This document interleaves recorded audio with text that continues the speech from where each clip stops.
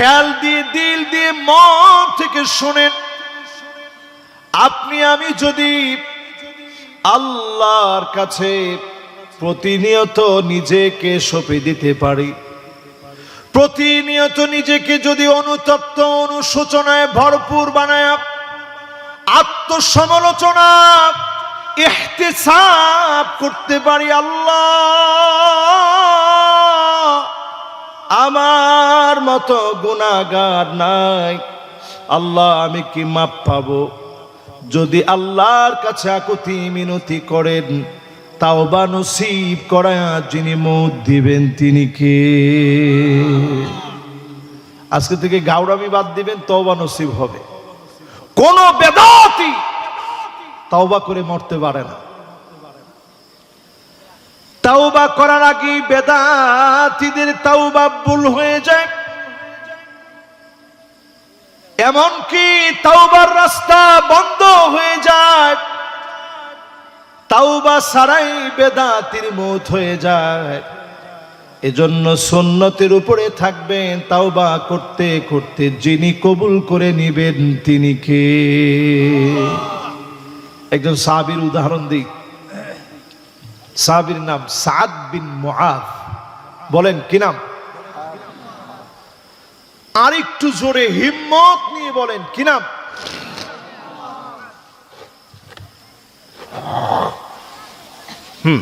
আরেকটা বার বলেন, সাহাবীর নাম কি? মাশাআল্লাহ, লিল্লাহে তাকবীর। এই পৃথিবীতে একজনের মৃত্যুতে আল্লাহর আরশে আজিম প্রকম্পিত হয়ে গেছে। আপনি আল্লাহু আকবার বলেন না কেন? আপনি বুঝেন নাই দেখে। একটু বলেন তো, আরশে আজিম আপনি দেখেন। আরশে আজিমের সামনে 7 আকাশ আর 7 জমিন এতটাই ছোট, কাখারদালাতিন সাবআ, 7টা সরিষার দানা যেমন ছোট, আরশে আজিমের সামনে 7 আকাশ আর 7 জমিন এতটা ছোট।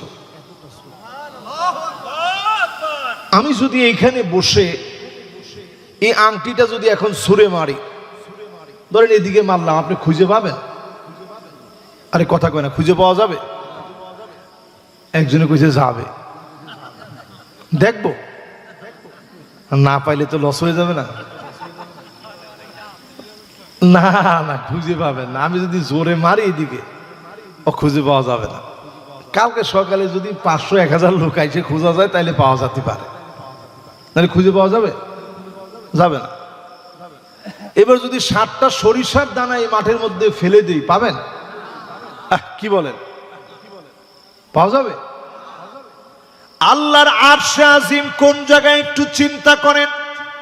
ওয়া কানা আরশুহু আলাল মা,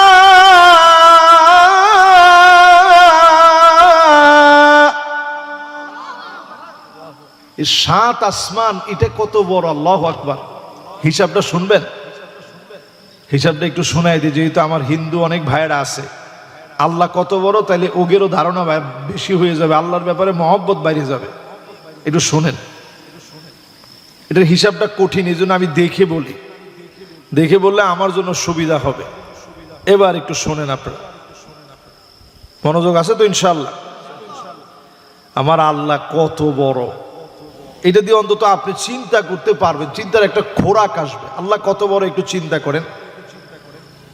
এখান থেকে যে প্রথম আকাশটা আপনার কাছে আমার কাছে মনে হচ্ছে ওই যে ওই পাড়ায় গেলে মনে হয় ধরে ফেল দিব,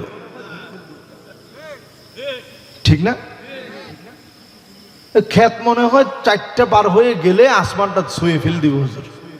ছোটকালে এরকম মনে করে কত দৌড়েছি, দৌড়ে গিয়ে দেখি যেখানে গিয়ে দাঁড়ায় ওইখান থেকে আবার ওইরকমই দেখা যায়।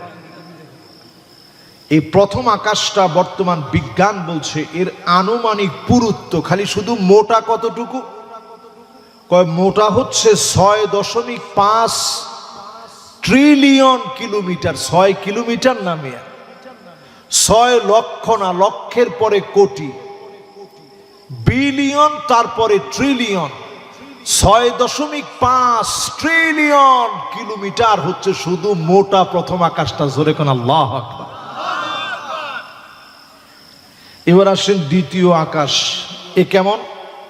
বলতেছে দ্বিতীয় আকাশের ব্যাসের দিক থেকে, পাশের দিক থেকে এটা কতটুকু? বলছে 130,000 আলোক বর্ষ।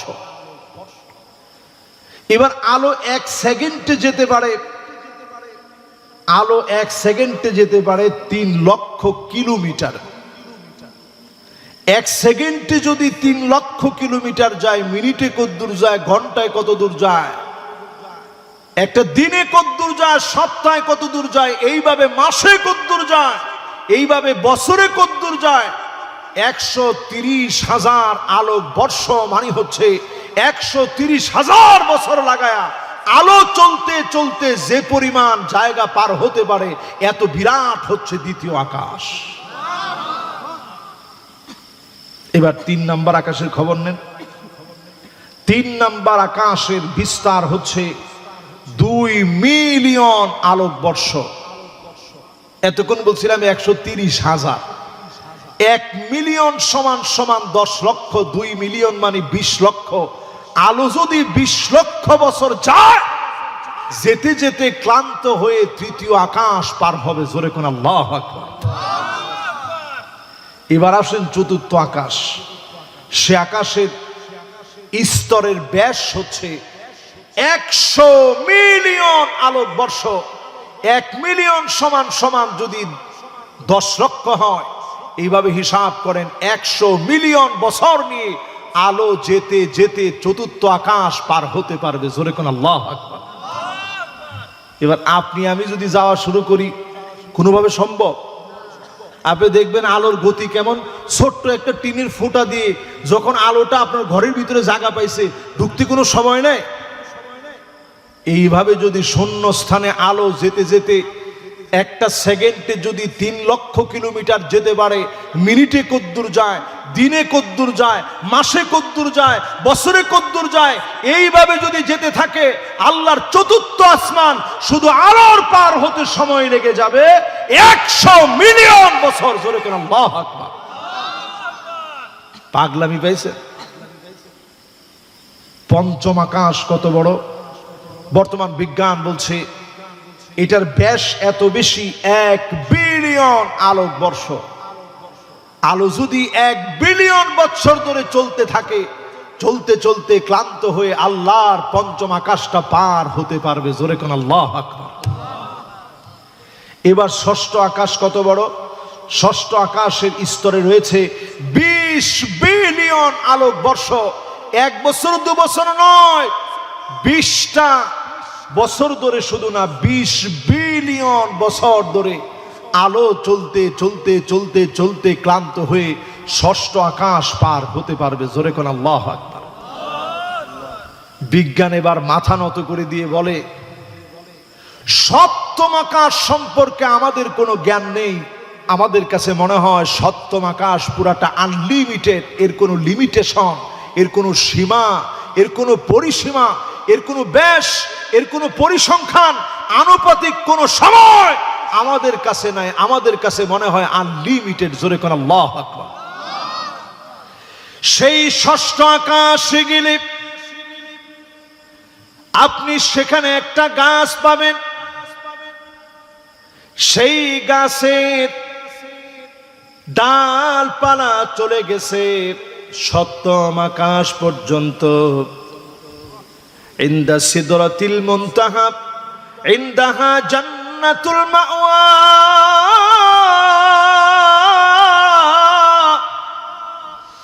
ডালপালা গুলা চলে গেছে সপ্তম আকাশ পর্যন্ত। এই সপ্তম আকাশের পরে বিশাল শূন্যস্থান আছে। ওই শূন্যস্থানের পরে বিরাট সমুদ্রের জগৎ। ওয়াকানা আরশুহু আলাল মা।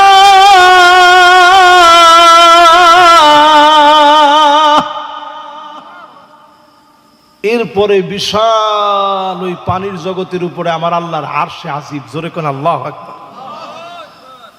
আল্লাহ সিংহাসনটারে বহন করে রাখছে, খুঁটিগুলো ধরে রাখছে এমন ফেরেশতারা। তাকায় থাকেন আমার দিকে, এই যে দেখেন এখানে আমি পানির কাপটা থেকে একটা ফোঁটা পানি নিস আমার আঙ্গুলের মধ্যে, ঠিক না? এটা এরকম করলে পড়া যায় না, কিন্তু পড়ছে। এই যে এরকম করছি, পড়ছে। আপনারা কি করেন? পড়ছে? আপনি তো ঘুমাই গেছেন। পড়ছে? পড়ছে? এখন ঘুমানোর টাইম চলে আসিছে। আমি আর বেশিক্ষণ নাই, একটু সময়ের মধ্যে ইনশাল্লাহ, একটু খানিকের মধ্যে শেষ করি। কি কর? আবার কয় না না, সবাই তো ঘুমাবে না। মাশাআল্লাহ, তাহলে জোরে সোরে একটু তাকবীর দিয়ে এখন লিল্লাহি তাকবীর। আমার আল্লাহর আরশে আজিম কত বড় একটু আপনাদেরকে শোনাচ্ছিলাম। আরশে আজিমের খুঁটি যে ফেরেশতারা বহন করে, এই দেখছেন পানিটা পড়ছে? এখনো পড়ছে? পড়ে নাই। আল্লাহর আরশে আজিমের বহন করা ফেরেশতাদের হাতের নখগুলো এত বড়, তাহলে আঙ্গুল কত বড় একটু চিন্তা করেন। 7 সমুদ্র, সমস্ত সমুদ্র, মহাসমুদ্র সবগুলার পানি যদি আঙ্গুলের মধ্যে এরকম রাখা হয়, আঙ্গুল থেকে গড়ায়া পড়ে যাবে না। জোরে কোন আল্লাহু আকবার। পড়ছে? এই পড়ে নাই কেন? কারণ পানি একেবারে একটুখানেক, আমার আঙ্গুলটা মোটামুটি, আঙ্গুলের নখটা বড় আছে, এই জন্য এরকম করলেও পড়তেছে না। পড়ছে? মানে চাপ হচ্ছে না। তাহলে এবার একটু চিন্তা করেন, এই যদি হয় আমার আল্লাহ রাব্বুল আলামিনের আরশে আজিম বহনকারী ফেরেশতারা, তাহলে আমার আল্লাহ কত বড়। জোরে কোন আল্লাহু আকবার। আল্লাহ রাব্বুল আলামিন এই ফেরেশতাদের জান কবজ করতে বলবে। মালাকুল মউত আর কে কে বাকি আছে? মালাকুল মউত বলবে আল্লাহ, সম্মানিত ফেরেশতারা বাকি। আল্লাহ বলবে সবার জানগুলা কবজ করো, সবার জানগুলা কবজ করো। একজন একজন করে জানগুলা কবজ হয়ে যাবে। এমনকি সিংহায় ফু দেওয়া ইসরাফিল আলাইহিস সালামের জানটা কবজ করে ফেলবে। সিংহাটা গিয়ে আল্লাহর আরশে আজিমের খুঁটির মধ্যে লেগে যাবে।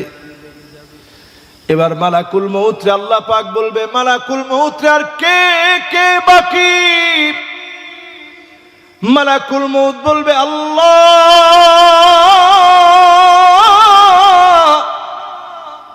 আমি আর আপনি ছাড়া কেউ বাকি নাই। আল্লাহ পাক তৎক্ষণাৎ ডাক দিয়ে বলবে, মুতিয়া মালাকাল মউত, ও মালাকুল মউত তুইও মরে যা।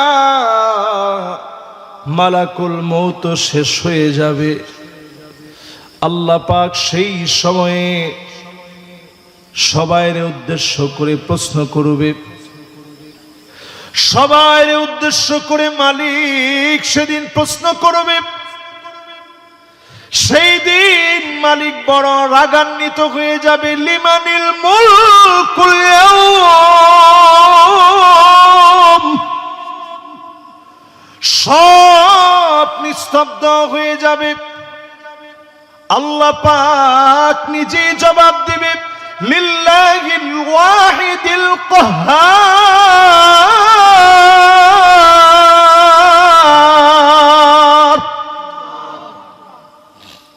কেউ চতুর্দিকে নাই, আল্লাহ নিজেই জবাব দিয়ে বলবে, এক রাগান্বিত আল্লাহ আজকের ক্ষমতার মালিক। জোরে কোন আল্লাহু আকবার। আচ্ছা কোন তো দেখি আল্লাহর রাগ বেশি না মায়া বেশি? এই যে মায়া বেশি, এটার প্রমাণ কি দেখেন, আমরা আসলে নামাজ পড়ি নাই, ইবাদত বন্দেগী করি নাই, নাফরমানি করছি, তারপরেও যিনি বৃষ্টি না দিয়া এই জায়গায়, বেশি দূরে না, এখান থেকে ওই যে আমার এক হাফেজ সাহেব সহ আমার রিসিভ করে নিয়ে আসছে একজন ডাক্তার সাহেব সহ।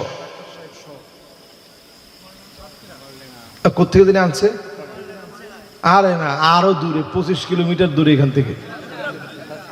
কোন জানি প্রতিদিন রাত্রি ঘুমানোর সময় নিজের মুমিন বানা তারপরে ঘুমাবেন।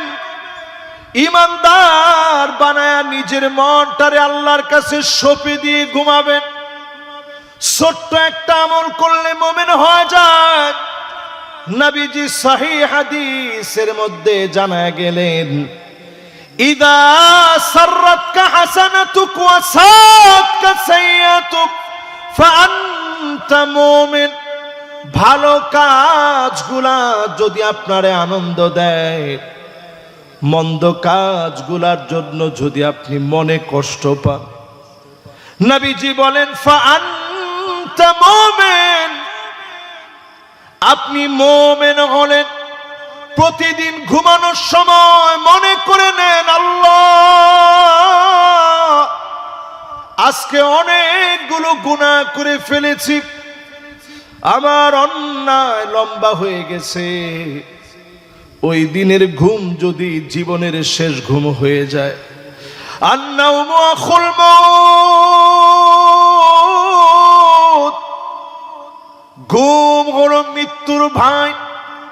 ওই দিনের ঘুম যদি শেষ ঘুম হয়ে যায়, মালিক যদি ওই দিনের উপরে খুশি হয়ে যায়, যিনি আপনাকে মাফ করে দিবেন তিনি কে?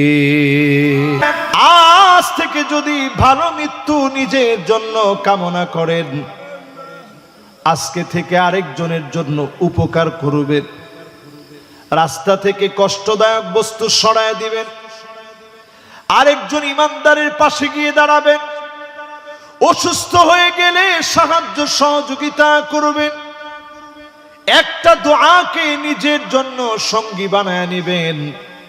আলহামদুলিল্লাহিল্লাযী, পড়েন আলহামদুলিল্লাহিল্লাযী, পড়েন আফানি মিম্মা ইবতালাকা বিহি ওয়া ফাদ্দালানি আলা কাসীরিম মিম্মান খলাক তাফদীলা। এই দোয়াটা আজকে থেকে পড়বেন। যদি আচ্ছা কঠিন লাগে তাইলে এই যে আপনারা ইউটিউব থেকে দেখে নেবেন, গুগলে সার্চ করে নেবেন, অথবা ইমাম সাহেবরে বলবেন যে হুজুর যে দোয়াটা পড়ছিল একটু পড়াই দেন। আর চেষ্টা করলে পারবেন তো। করোনার সময় একটা দোয়া মুখস্থ করেছিলেন, মনে আছে সবার? কি দোয়াটা কি?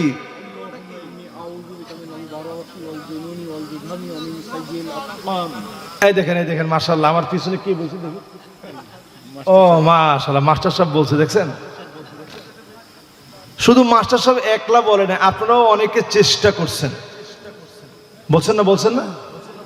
তার মানে বোঝা যায় যখন করোনা আসতে নিয়েছিল সবাই এই দোয়া ইমাম সাহেবের কাছে গিয়ে শিখছেন, বাঁচা লাগবে তো। কিন্তু এই দোয়া সহজ। আরে এখনো আমার নিজের অনেক সময় প্রথম দিন যেদিন পড়তে গেছি এই দোয়া, আমার নিজের ভুল হয়ে যাচ্ছিল। আল্লাহুম্মা ইন্নী আউযু বিকা মিনাল বারাসি ওয়াল জুনুনি ওয়াল জুযামি ওয়া মিন সাইয়্যিল আসকাম। পড়তে গিয়ে আমার নিজের প্যাচ লেগে যাচ্ছে। আপনি কোন সহজ কেন? সহজ কারণ ওটা বিপদে পড়ে মুখস্থ করছেন।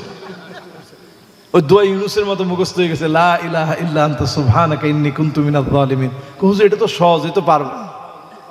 আজকে থেকে দেখবেন ইনশাআল্লাহ পড়বেন। যদি এমনি আরবিতে না পারেন বাংলায় বলবেন যে আল্লাহ আপনি তো আমারে ভালো রাখছেন, এই লোকটা কত কষ্টের মধ্যে আছে, কত বিপদের মধ্যে আছে, আল্লাহ এইরকম তো আল্লাহ আপনি আমারে বানাইতে পারতেন। দুনিয়ার ভিতরে এমন কেউ নাই প্রশ্নের ভিতরে নাই, এমন একটা লোক নাই যে প্রশ্নের ভিতরে নেই। কোনো না কোনো পরীক্ষা তার আছে।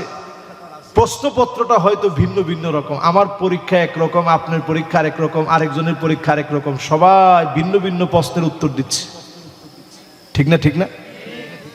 এই দেখেন, আমার হঠাৎ করে আমার মেয়েটা ক্যান্সার পেশেন্ট হয়ে গেছে। আমি বাপ হিসেবে প্রায় সময় আমি নির্বাক হয়ে যাই, আমার কোনো বলার ভাষা থাকে না। পরে মনে সান্ত্বনা দিই যে এটা তো আল্লাহ তাআলার পক্ষ থেকে একটা পরীক্ষা। আল্লাহ নবীদেরকে পরীক্ষা কত বড় নিছে। ৮৬ বছর পর্যন্ত কোনো সন্তান নাই নবী ইব্রাহিম আলাইহিস সালামের। এরপরে সন্তান দিয়ে আল্লাহ বলছে যাও মরুভূমিতে রেখে আস। পরীক্ষাটা কি ছোট পরীক্ষা না বড় পরীক্ষা? ইব্রাহিম আলাইহিস সালামের স্ত্রী বলতেছে, প্রাণের স্বামী, আমি কোন অন্যায় করলাম, কেন রেখে যাচ্ছেন? ইব্রাহিম আলাইহিস সালাম কোনো জবাব দেন না। আবার যখন জোর করে ধরেছে যে কোন অপরাধে রেখে যাচ্ছেন একটু বলেন, ইব্রাহিম আলাইহিস সালাম কিছু বলতে পারেন। আরেকটা বার যখন প্রশ্ন করলেন, স্বামীকেও শেষবারের মতো বলি, আল্লাহু আমারাকা ইয়া ইব্রাহিম, আল্লাহ কি আপনাকে এখানে রেখে চলে যেতে অর্ডার করছে? ইব্রাহিম আলাইহিস সালাম এবার বলেন, নাআম, আল্লাহু আমারানি, আমার আল্লাহ আমাকে অর্ডার করেছে রেখে চলে যাওয়ার জন্য। হাজারা আলাইহা সালাম এক বাক্যে জবাব দিয়ে বলে, প্রাণের স্বামী শোনেন, ইদান লা ইউদাইউনি আল্লাহ, আল্লাহ যদি অর্ডার করে থাকে খোলা এই মরু প্রান্তের ভিতরে স্বামী তার স্ত্রীকে, স্ত্রী তার স্বামীকে, ছেলে তার মাকে, বাপকে ভুলে যেতে পারে, বাপ মা তার সন্তান ভুলে যেতে পারে, এই খোলা মরু প্রান্তে আমার আল্লাহ আমি হাজারাকে ভুলে যাবে না। এই কথাটা যখন বলে দিছে স্বামীরে, স্বামী একটুখানি চোখের আড়াল হই আল্লাহর কাছে কান্না শুরু করছে, বলতেছে, রব্বানা ইন্নী আসকানতু মিন যুররিয়্যাতি বিওয়াদিন গায়রি যী যারইন ইনদা বাইতিকাল মুহাররাম রব্বানা লিয়ুকিমুস সালাহ।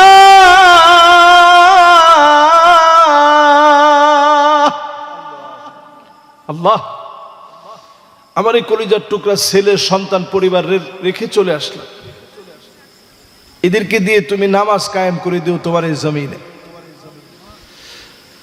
আয় আল্লাহ, আমার এই পরিবারের প্রতি মানুষের মহব্বত দিয়ে দিও, ফলমূল দিয়ে, রিজিক দিয়ে দিও। তিনটা দোয়া করে আসলেন। তাকায় দেখেন কাবার ভিতরে এমন কোন মিনিট নাই, এমন কোন সেকেন্ড নাই, এমন কোন ইকো সেকেন্ড, ন্যানো সেকেন্ড নাই যেই সময়ে কাবায় সিজদা হয় না। প্রতি সেকেন্ডে সেকেন্ডে, ইকো সেকেন্ডে, ন্যানো সেকেন্ডে সিজদা হয়। এই জমিনকে আল্লাহ সিজদার জমিন বানায় দিলেন, মানুষের মহব্বত দিয়ে দিলেন। হাজারা আলাইহিস সালাম যখন সব খাবার শেষ হয়ে গেল, পানি পানি বলে দৌড়ায়। ইসমাইল আলাইহিস সালামের পায়ের নিচ থেকে মালিক পানি দিয়ে দিলেন। পানি যখন উঠতেছে, হাজারা আলাইহিস সালাম আটকানোর জন্য বললেন, জমজম থাম, থাম রে, আর সামনের দিকে চলে যেও না, পানির জন্য বড় কঠিন অভাবের ভিতরে আছি। থামায়া দেওয়ার জন্য বললেন, আল্লাহ পাক নির্দিষ্ট জায়গার মধ্যে থামায়া দিলেন। হাজার হাজার বছর পার হয়ে গেছে, আজ অবধি 1 মিনিটের জন্য পানিটা বন্ধ হয় না, একটা সেকেন্ডের জন্য বন্ধ হয় না। লেয়ার কোনোদিন কমতি হয় না, সামান্য কমে যায় না, টনকে ton, million million, billion billion ton পানি উত্তোলন করে বিশ্বময় হাজী সাহেবদের মধ্য দিয়ে ছড়ায় দেয়। একটা বারের জন্য যিনি কমায় দেন না তিনি কে? তোর একদিন শুয়ে যাওয়া লাগবে, সব খবর আল্লাহ জানায় দিবে, বেশি দূরে যাওয়া লাগবে না। আত্মীয় স্বজন কবরে রেখে যখন চলে যাবে, হাত্তা ইয়াসমা'a সিমা'আন আলাইহি, পায়ের আওয়াজগুলো আপনি শুনবেন। ছেলে চলে যাচ্ছে আপনি শুনবেন, ভাই চলে যাচ্ছে আওয়াজ আপনি শুনবেন, বন্ধু বান্ধব চলে যাচ্ছে সব আওয়াজগুলো আপনি শুনবেন। একজনকে আপনি আটকায় রাখতে পারবেন না, যার যার ব্যস্ততা শুরু হয়ে যাবে। আপনি ছাড়া এই দুনিয়া আবার নতুন করে সাজবে, আপনার জায়গা পুরা হয়ে যাবে। বিছানায় আগের মতো আপনার জায়গায় অন্যজন শুয়ে যাবে। সকল জায়গাগুলা দখল হয়ে যাবে। এমন হবে বছর চলে যাবে, একটা সময়ের জন্য আপনার ছেলে আপনারে মনে করবে না, মেয়ে মনে করবে না, স্ত্রীর পর্যন্ত মনে হবে না, জিয়ারত করার জন্য একবার সময় পাবে না। ঠিক একদিন আপনাকে ভুলে যাবে, আপনি শুধু শুধু কবরে একা একা সেদিন শুধু পড়ে থাকবেন। হঠাৎ করে লোকটা তাকায় দেখবে, নূরুন ওয়া বুরহানুন ওয়া নাজাহ।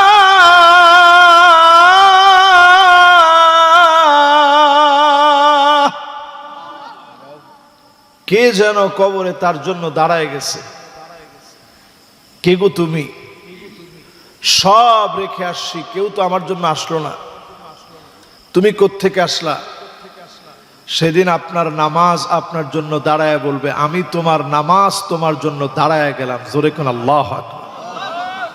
এই জন্য আজকে থেকে যদি কেউ মারা যায়, লাশের সামনে গিয়ে নিজেরে এমন ভাবে দাঁড় করাবেন, মনে মনে নিজেরে উপলব্ধি করবেন, একদিন আমি লাশ হয়ে যাব।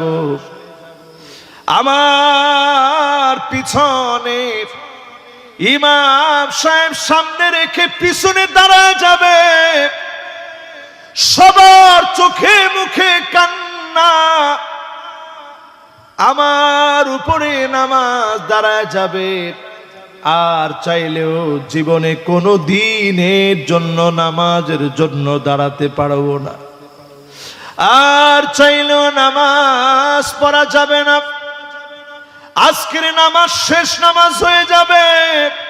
এজন্য নবীজি বলতেন, সাল্লু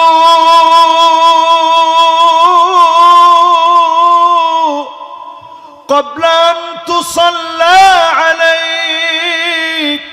নামাজ পড়ো, নামাজ পড়ো, একদিন তোমার উপরে নামাজ দাঁড়ায়া যাবে, একদিন তোমার উপরে নামাজ শুরু হয়ে যাবে, সবাই তোমার জন্য কাঁদবে।